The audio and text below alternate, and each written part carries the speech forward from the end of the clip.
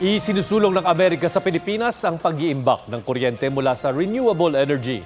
Malaking tulong daw yan sa pagpapalakas ng industriya ng semiconductor at para maiwasan ang malawakang brownout.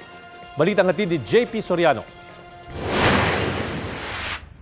Ilang linggo matapos ang isa sa pinakamatinding power outage o brownout sa malaking bahagi ng Western Visayas, isinusulong ngayon ng Amerika ang kooperasyon sa Pilipinas para makapag-imbak ng kuryente sa pamamagitan ng renewable energy. We have a place, a country, the Philippines, that is tailor-made for renewable energy.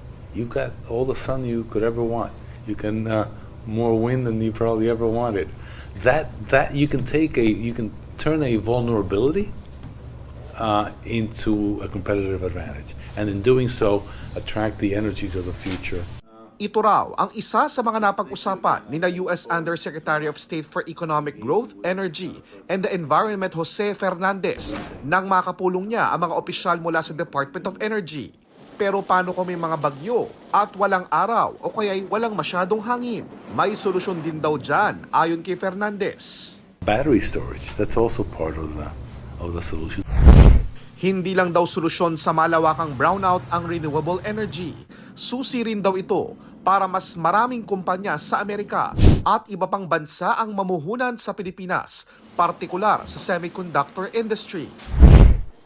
Nauna nang nagkasundo ang Pilipinas at Amerika sa isang Civil Nuclear Cooperation Deal na napirmahan noong nagpunta sa Amerika si Pangulong Bongbong Marcos at nakapulong si US President Joe Biden.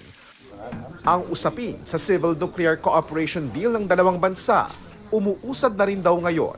JP Soriano, nagbabalita para sa GMA Integrated News. Kapuso, alamin ang maiinit na balita. Bisitahin at mag-subscribe sa GMA Integrated News sa YouTube. Sa mga kapuso abroad, samahan nyo kami sa GMA Pinoy TV at sa www.gmanews.tv.